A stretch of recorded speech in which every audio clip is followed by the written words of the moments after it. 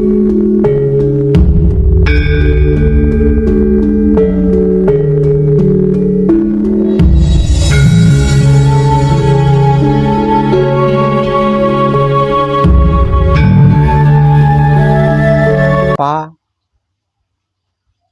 edan bagu selalu memberi motivasi keras, kekeh memberi motivasi keras agar supaya sama sekali tidak boleh lupa dengan jati diri.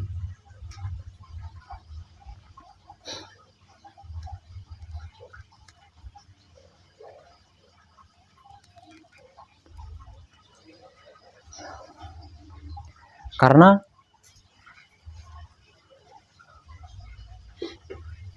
tidak peduli itu putra Romo atau bukan, tidak peduli.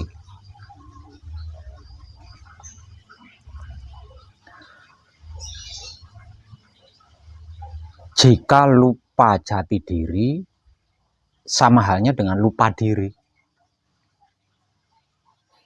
Kalau lupa jati diri, sama halnya dengan lupa diri.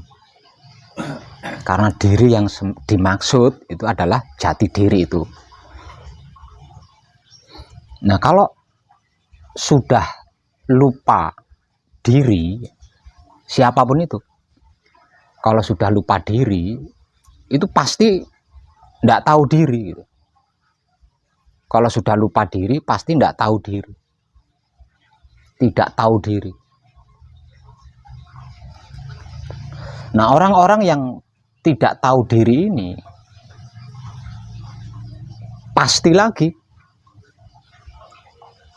tidak akan bisa membawa dirinya sendiri itu loh, nggak akan bisa. Orang yang lupa diri itu menempatkan dirinya sendiri ada di mana, itu juga nggak akan bisa. Menyesuaikan dirinya sedang bersama siapa, itu juga tidak akan bisa. Apalagi menjaga dirinya sendiri ketika dalam sesuatu atau dalam masalah. Sebab karena itu saya memberikan motivasi keras seluruh putra kekudangannya Romo, entah itu yang masih dalam tahap laku murni menuju suci atau yang sudah di tahap laku suci menuju abadi, sama sekali tidak boleh lupa jati diri. Bagaimanapun caranya, harus berusaha kuat agar supaya selalu ingat jati diri. Karena hanya dengan ingat selalu jati diri, kita bisa membawa diri, menempatkan diri, menyesuaikan diri, dan menjaga diri dimanapun itu dan dalam keadaan apapun.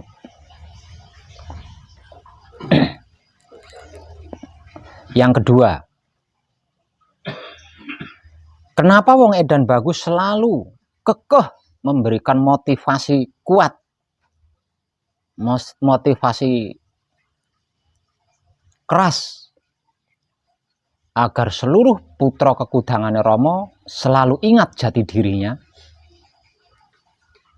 Dikarenakan wahyu panca gaib yang tak lain dan tak bukan adalah sedulur papat kalimo pancernya kita sendiri, sang penggerak raga ini. Dan wahyu pancalaku yang tak lain dan tak bukan adalah sifat sikapnya sedulur papat kalimo pancernya kita sendiri. Itu tidak bisa dilakukan dalam keadaan lupa diri. Tidak bisa dilakukan, tidak bisa dijalankan, tidak bisa dipraktekkan dalam keadaan lupa diri. Bisanya dilakukan, bisanya dijalankan, bisanya dipraktekkan dalam keadaan sadar diri, bukan lupa diri.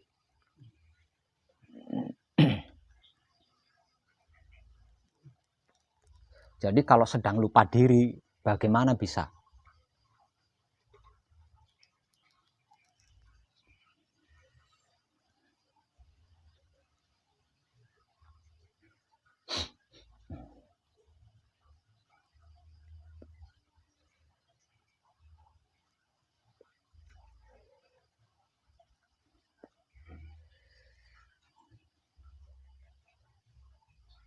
Terus kenapa dan mengapa wong edan bagus selalu kekeh memberikan motivasi keras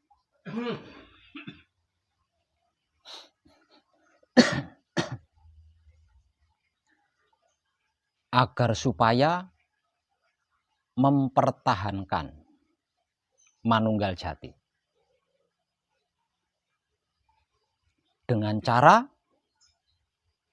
menebar kesadaran rasa cinta kasih sayang Romo kepada siapapun, terhadap apapun, dimanapun, hingga sampai kapanpun.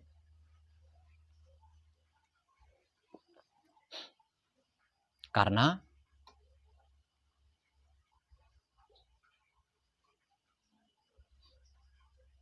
putra kekudangane Romo bermula dari sebuah permusuhan abadi.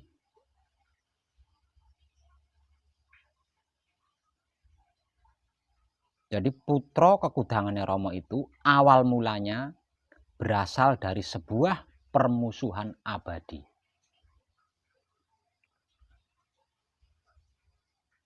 Jelasnya seperti ini.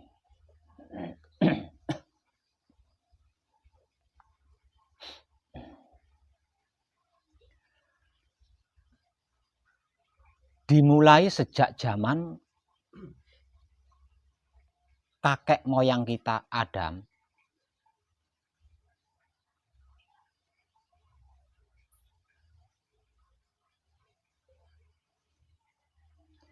kejahatan menjadi ada. Padahal Romo tidak pernah menciptakan kejahatan. Namun, walaupun Romo tidak pernah menciptakan kejahatan, dimulai dari zaman kakek moyang kita Adam, kejahatan itu bisa ada. Dan kejahatan ini awal mulanya dari 3 singgasana Romo yang ternoda.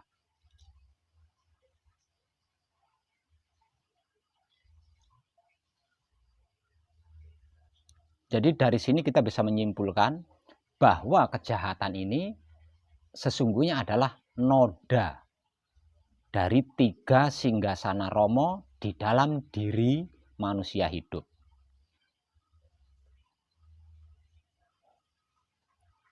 Awal daripada kejahatan adalah sirik, iri, dengki, dendam, dan benci serta fitnah. Sebelum menjadi kejahatan, itu awalnya dari situ.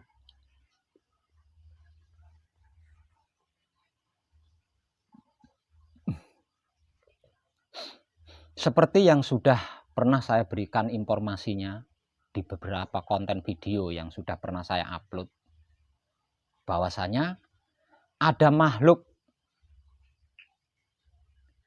yang iri, sirik, dengki, dan benci kepada diciptakannya kakek moyang kita Adam sebagai makhluk paling sempurna dibanding makhluk-makhluk lainnya.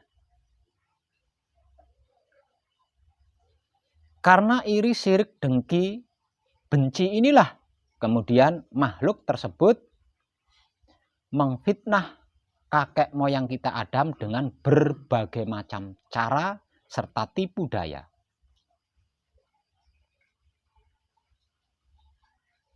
Kemudian lahirlah yang disebut kejahatan. Mulai dari pengkhianatan, pembangkangan, bahkan sampai ke pembunuhan.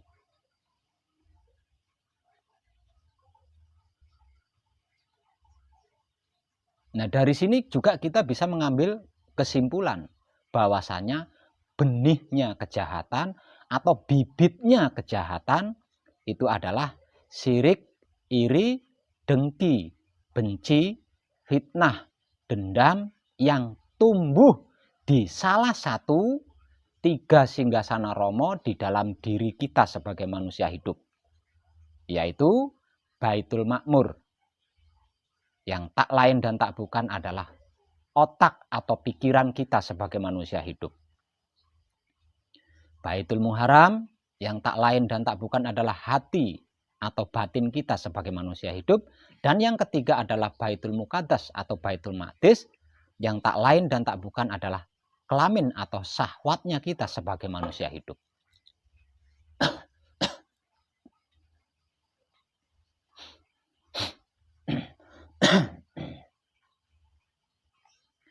Hanya karena satu alasan,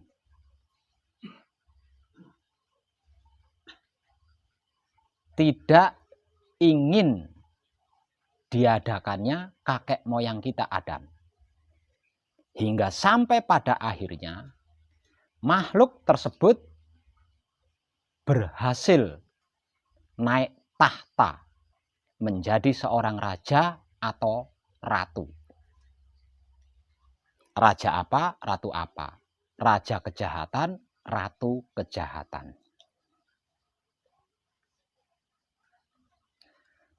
Setelah syirik, iri, dengki, dendam, benci, fitnah ini tadi pada akhirnya berujung kepada kematian atau saling membunuh, maka dimulai sejak zaman itu manusia hidup itu dibagi menjadi 2 golongan. Satu golongan pada waktu itu disebut sebagai bangsa Bharata atau para dewa. Tempat kerajaannya yang secara awam dikenal dengan sebutan surga.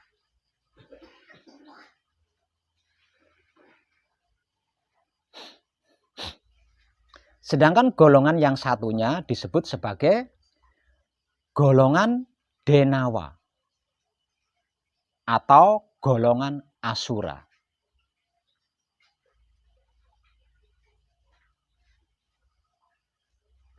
Sedangkan tempat kerajaannya secara awam selama ini disebut-sebut sebagai neraka.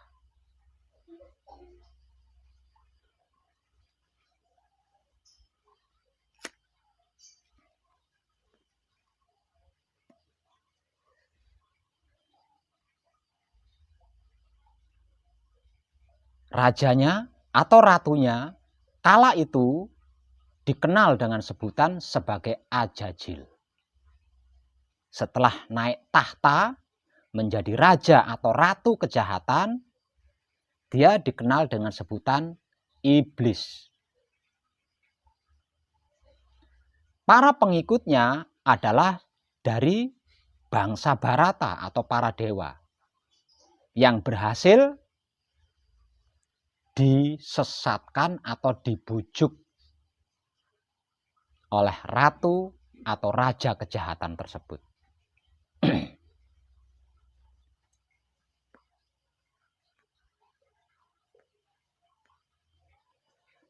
Tekniknya hanya ada 2.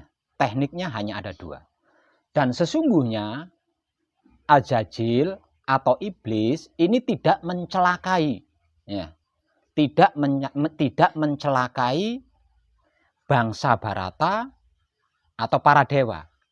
Dia hanya menyesatkan bangsa Bharata atau para dewa agar tidak bisa mencapai kesempurnaan abadi. Hanya itu, bukan mencelakai atau mencelakakan, tapi menyesatkan agar supaya tidak bisa mencapai kesempurnaan abadi sebagaimana yang dikehendaki oleh Rama. Sedangkan tekniknya menyesatkan bangsa Bharata atau para dewa hingga sampai kepada kita saat ini hanya ada 2. Caranya atau tekniknya itu hanya ada 2. Yaitu menjadikan bangsa Bharata atau bangsa Dewata jahat atau merasa baik. Hanya dua ini tekniknya. Jadi untuk lebih jelasnya, ketika Ajajil atau iblis ini gagal menjadikan manusia jahat, kalau disederhanakan bahasanya seperti itu. Ketika Ajajil atau iblis ini gagal menjadikan manusia jahat, maka dia akan menggunakan metode kedua atau teknik kedua, yaitu menjadikan manusia tersebut merasa paling baik. Nah, sesungguhnya ini sama ini antara manusia jahat dengan manusia yang merasa paling baik, ini sebenarnya sama. Sama-sama akan tersesat, sama-sama akan mengalami gagal mencapai kesempurnaan abadi. Kenapa? Manusia yang merasa paling baik ini juga sama sesungguhnya dengan manusia jahat yang pada akhirnya akan tersesat dan gagal mencapai kesempurnaan abadi. Sebab siapapun dia, jika sudah merasa paling baik, itu akan sulit untuk diperbaiki.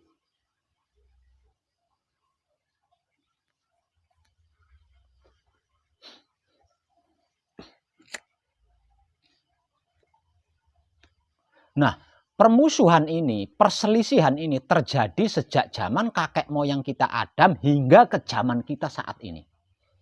Karena itu disebut sebagai permusuhan abadi antara kejahatan dan kebajikan. Bangsa Bharata atau para dewa adalah bangsa manusia hidup yang menyukai kebajikan alias taat kepada Rama. Sedangkan bangsa Bharata atau bangsa Denawa ini adalah bangsa manusia yang tidak menyukai kebajikan, tetap beribadah kepada Rama, namun tidak menyukai kebaikan. Jadi jangan dikira iblis itu, Ajajil itu tidak beribadah kepada Rama. Sama-sama beribadahnya. Semua tidak ada satupun makhluk yang tidak beribadah kepada Rama. Hanya saja di antara sekian banyak makhluk yang beribadah kepada Rama, itu tidak semuanya menyukai kebajikan dan mau melakukan kebajikan. Lah, makhluk-makhluk yang tidak menyukai kebajikan dan tidak mau melakukan kebajikan, inilah yang disebut sebagai bangsa Asura atau bangsa Denawa. Dan Ajajil atau iblis sebagai ratu atau rajanya.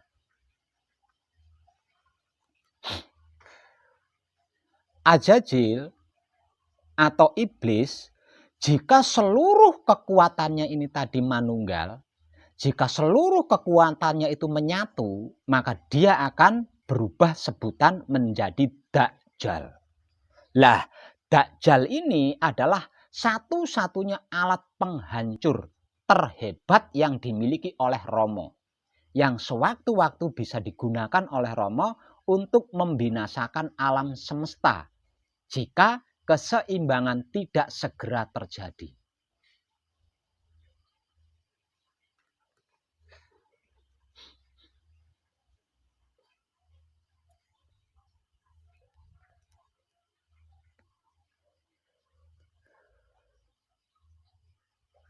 Jadi dari sini kita bisa mengambil kesimpulan bahwasannya aman atau tidak amannya alam semesta ini bergantung dari keseimbangan yang bisa terjadi atau tidak. Jika keseimbangan ini terjadi, berarti amanlah alam semesta. Namun kalau keseimbangan ini tidak terjadi, berarti hancurlah alam semesta yang secara awam disebut-sebut juga sebagai kiamat. Jika keseimbangan tidak segera terjadi di dalam semesta alam ini.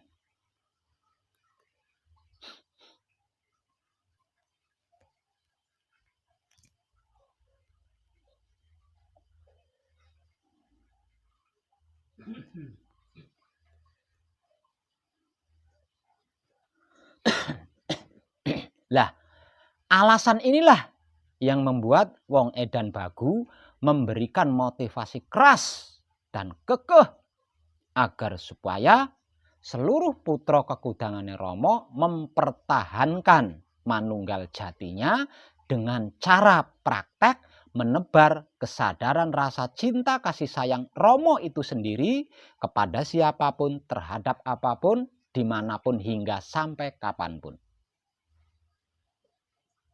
Hanya dengan cara itu keseimbangan akan tercipta di dalam semesta alam. Jika tidak, mana mungkin bisa. Kata keseimbangan berarti manunggal, bukan? Kata keseimbangan berarti menyatu, kan? Kalau tidak menyatu, kalau tidak manunggal, bagaimana mungkin bisa seimbang?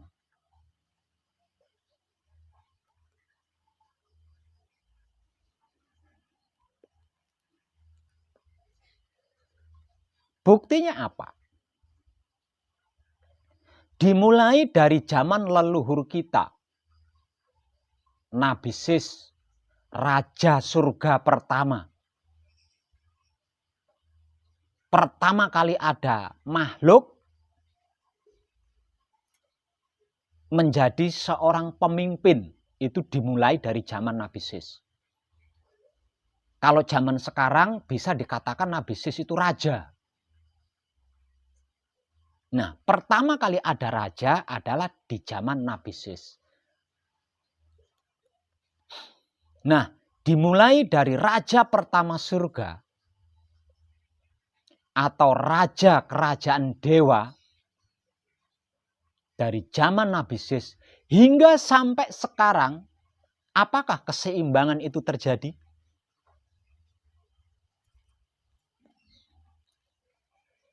Belum pernah terjadi. Artinya, apa yang diperjuangkan oleh bangsa Barata atau para dewa sejak zaman bahula, sejak zaman dulu, tempo dulu sampai sekarang, tidak membuahkan hasil.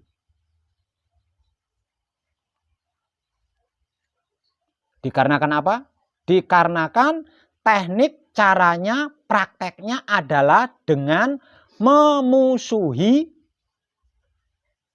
bangsa Denawa atau bangsa Asura.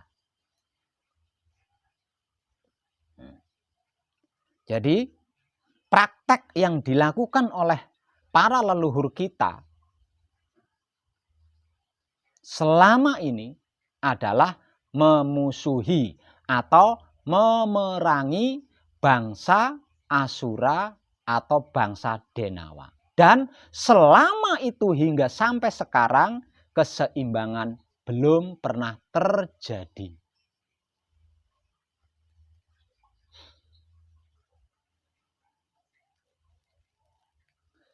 Lah, dengan alasan inilah wong edan bagu kekeh memberikan motivasi keras agar supaya mempertahankan manunggal jati dengan cara praktek menebar kesadaran rasa cinta kasih sayang Romo itu sendiri kepada siapapun, terhadap apapun, dimanapun, hingga sampai kapanpun.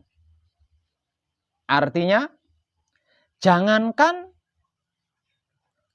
orang baik,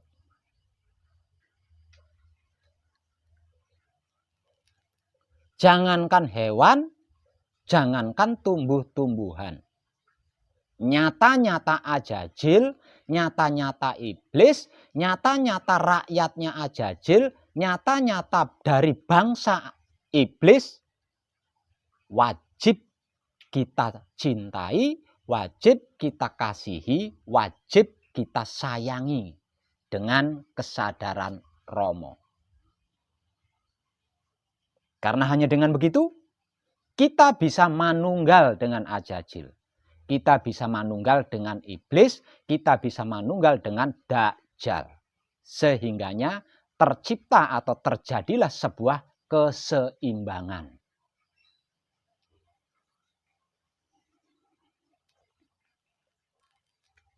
Jika tidak seperti itu, maka selama-lamanya tidak akan pernah terjadi keseimbangan, tidak akan pernah ada keseimbangan. Selalu ada permusuhan, selalu ada perselisihan antara dua kubu, yaitu kubu bangsa Barata atau Dewata dan kubu bangsa Denawa atau Asura.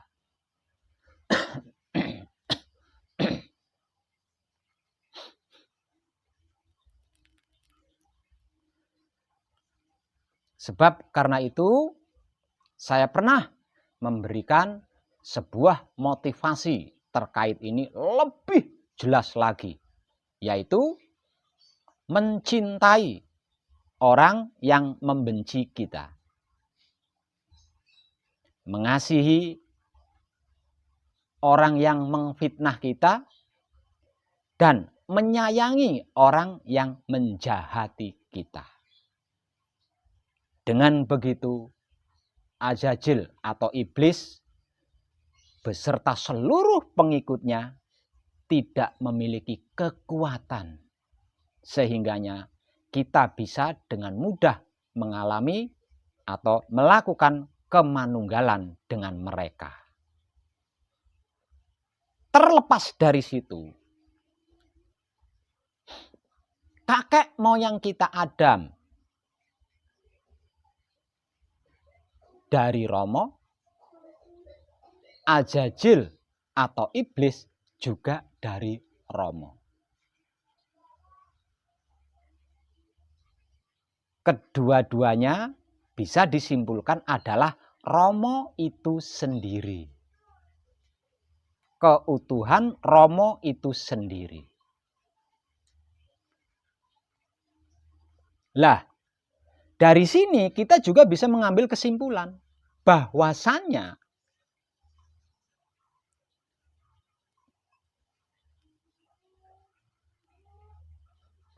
yang bersifat dan bersikap serta berlaku sebagai dalang itu sesungguhnya manusia, bukan Romo, bukan Tuhan. Lah, selama ini Tuhan ini kita jadikan wayang. Lah, dalangnya kita. Secara umum, orang-orang banyak mengatakan kita adalah wayang yang hanya bisa digerakkan oleh dalang. Artinya hanya bisa digerakkan oleh Tuhan. Namun di dalam kenyataannya, pengetahuan mengajari saya, ternyata yang menjadi dalang itu sesungguhnya adalah manusia. Dan Tuhan ini dijadikan wayang oleh manusia. Bagaimana tidak saya katakan seperti itu? Tuhan adalah dua sisi yang berbeda. Tuhan adalah dualisme yang berbeda, yaitu gelap dan terang.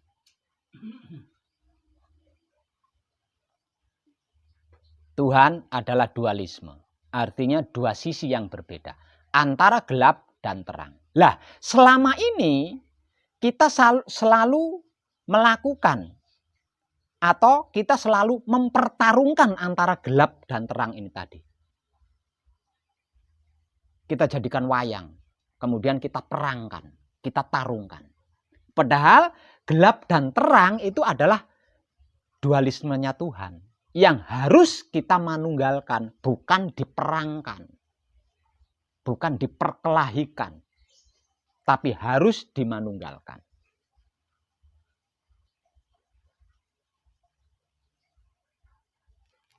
Jadi seumur hidup kita itu nyaris berperan sebagai Tuhan.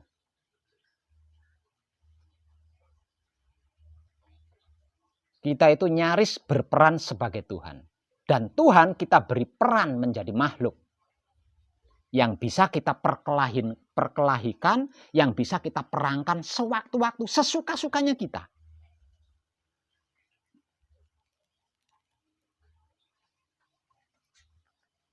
Antara baik dan buruk kita perangkan. Antara salah dan benar kita perangkan. Antara bagus dan jelek kita perangkan. Antara atas dan bawah kita perangkan. Semuanya kita perangkan. Padahal semuanya itu adalah dualisme Tuhan yang seharusnya kita manunggalkan.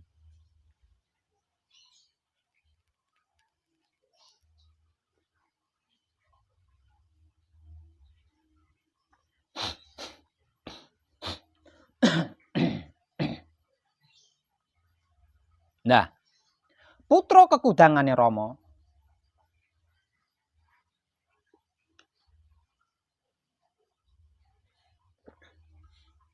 adalah manusia hidup yang melanjutkan perjuangan Rama.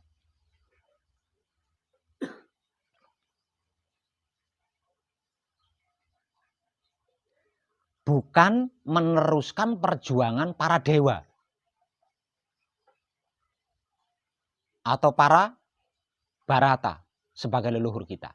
Karena apa? Karena perjuangan para dewa atau perjuangan para Barata sebagai leluhur kita selama ini gagal total. Menciptakan keseimbangan di dalam semesta itu gagal total. Sebab caranya adalah memusuhi kejahatan, memusuhi keburukan. Dalam bahasa awamnya memusuhi iblis atau memusuhi ajajil. Nah, selama memusuhi ajajil, selama memusuhi iblis, keseimbangan tidak akan pernah terjadi. Lawang keseimbangan yang dimaksud itu adalah kemanunggalan antara Adam dan ajajil. Seia sekatanya antara Adam dengan ajajil. Keseimbangan yang dimaksud itu. Bukan perselisihan antara Adam dan ajajil. Nah, selama Adam dan ajajil ini berselisih, tidak akur, ya keseimbangan tidak akan pernah terjadi.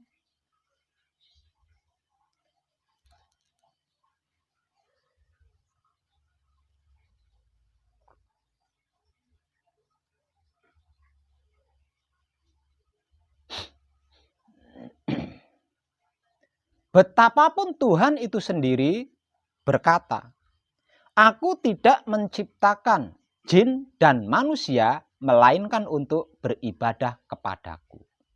Namun bangsa jin secara awam atau bangsa Asura, bangsa Denawa tidak akan pernah bisa beribadah. Lawang mereka tidak menyukai kebajikan.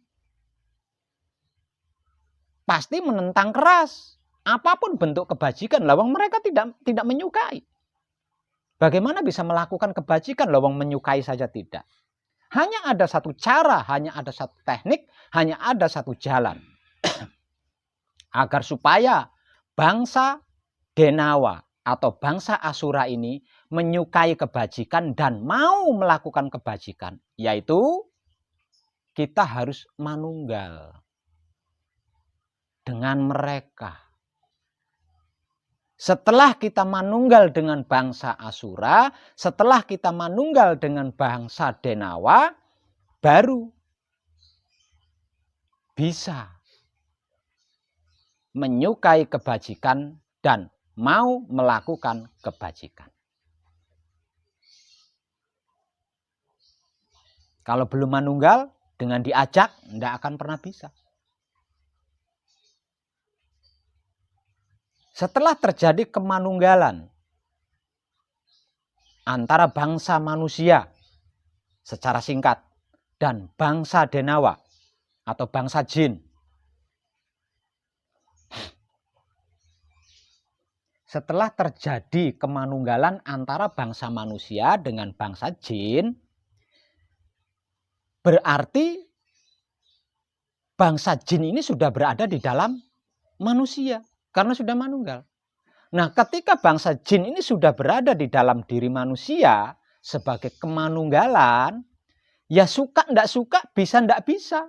Ketika manusia itu menyukai kebajikan, jin pun sama ikut menyukai kebajikan. Lawang sudah menjadi satu dengan diri kita. Ketika kita melakukan kebajikan, bangsa jin pun sama, suka tidak suka, mau tidak mau, dia pun melakukan kebajikan. Lawang sudah menjadi satu kesatuan dengan diri kita.